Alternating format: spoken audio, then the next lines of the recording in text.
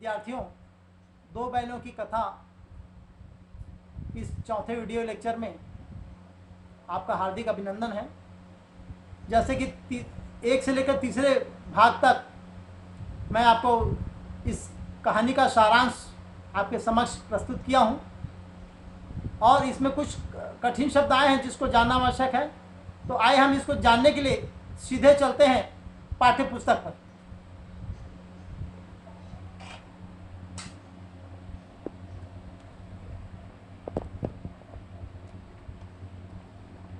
तो विद्यार्थियों, ये आप देख रहे हैं दो बैलों की कथा,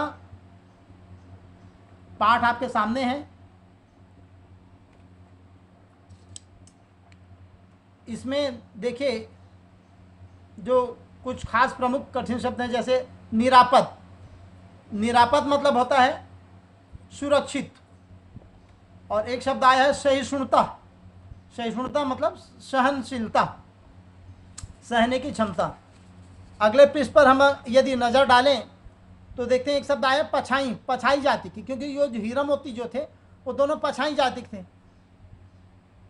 पछाई जाति मतलब बैलों की एक नस्ल है, जाति है। जैसे इंसान की अपनी जाति वैसी बैलों की नस्ल होती है पछाई। यहाँ पर एक शब्द आया है विचार विनिमय। विचार विनिमय मतलब है, आप देख रहे हैं स्क्रीन पर, विचार विनिमय मतलब विचारों का आदान प्रदान, अपनी बातों को एक दूसरे तक पहुंचाना। उसके बाद शब्द आया है अगले, हाँ इसी पृष्ठ पर है, दिखाता हूं आपको बड़े नज़दीक से। यहाँ पर शब्द देख रहे हैं आप, गोई।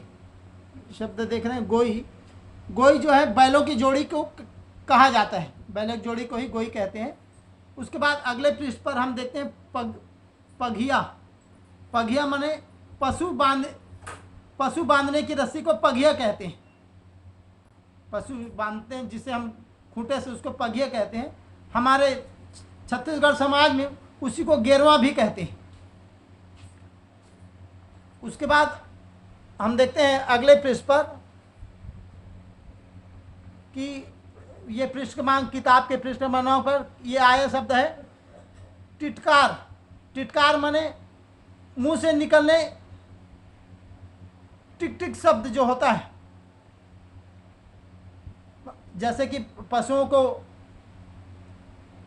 जब हम उनको आगे बढ़ने के लिए या उनको चलने के लिए कहते हैं तो मुंह से निकलने जो टिक टिक का शब्द, उसको यहीं पे टिटकार कहा गया, जैसे कहते हैं ना, इस प्रकार। उसके बाद आया है शब्द नांद। जैसे मैं आपको कथक सारांश में बता, नांद जो है बैल भैंसों के भोजन करने के पात्र होता है, जिसमें भूसे और खल्ली को डाला जाता है। विद्यार्थियों, उसके बाद अगले पृष्ठ पर हम आए तो नजर डालते हैं, एक शब्द आया है ग्रास। मैं कुछ खास प्रमुख शब्दों को ही बता रहा हूं। ग्रास, ग्रास माने कौर। जैसे हम कहते हैं ना, एक कौर खाए दो कौर खाए, उसी प्रकार से ये ग्रास। उसके बाद हम देखते हैं अगले पृष्ठ पर यह शब्द आया खूर। तो खूर क्या है? बैलों के पैर का जो निचला हिस्सा जिससे आधार बनाकर बैल चलते हैं, वही क्या है? खूर है। उसके बाद एक शब्द आया कांजी हाउस। कांजी हाउस, जैसे मैंने इस कथक सारांश में चर्चा कर दिया था कि कांजी हाउस मतलब है मवेशी खाना, जहां पर लावारिस पशुओं को दंड देने के स्वरूप रखा जाता है। उसके बाद हम आते हैं पृष्ठ क्रमांक 16 पर, जहां पर देखते हैं एक शब्द आया है ठठरियां। ठठरियां का मतलब यहां पर कि जब दोनों बैल, क्या होता है कि जब कांजी हाउस में एक सप्ताह तक और पड़े रहे तो बड़े कमजोर हो गए थे। तो ठठिया का मतलब है हड्डियां कमजोर होने के कारण हड्डियों का दिखना, इसी को ठठरियां कहा गया है। उसके बाद अगले पृष्ठ पर एक शब्द आया है रेवड़। रेवड़ मतलब पशुओं के झुंड। पशुओं के, यदि कहीं पशु लोग झुंड बनाकर तो उसको हम रेवड़ कहते हैं। उसके बाद एक शब्द आया है पागुर। पागुर माने पगुराना। यह पशुओं के चबाने की जो क्रिया है, मुंह की चबाने की क्रिया, उसको हम पागुर कहते हैं।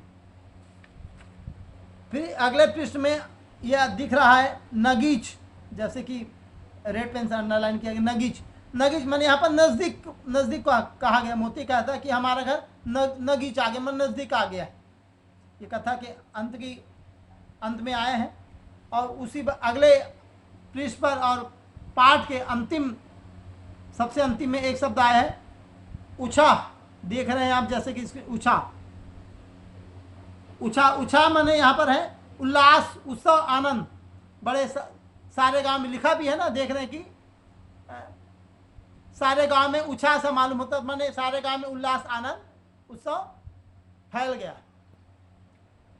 तो विद्यार्थियों, जैसा कि उम्मीद है आप सभी को पूरा पाठ जो है स्पष्ट हो गया होगा, बड़े अच्छे से समझ में आ गया होगा। और मैंने शब्दार्थ को भी प्रस्तुत किया। तो उम्मीद है आप इस पाठ को और अच्छे से पढ़ें, जानें। जय हिंद, जय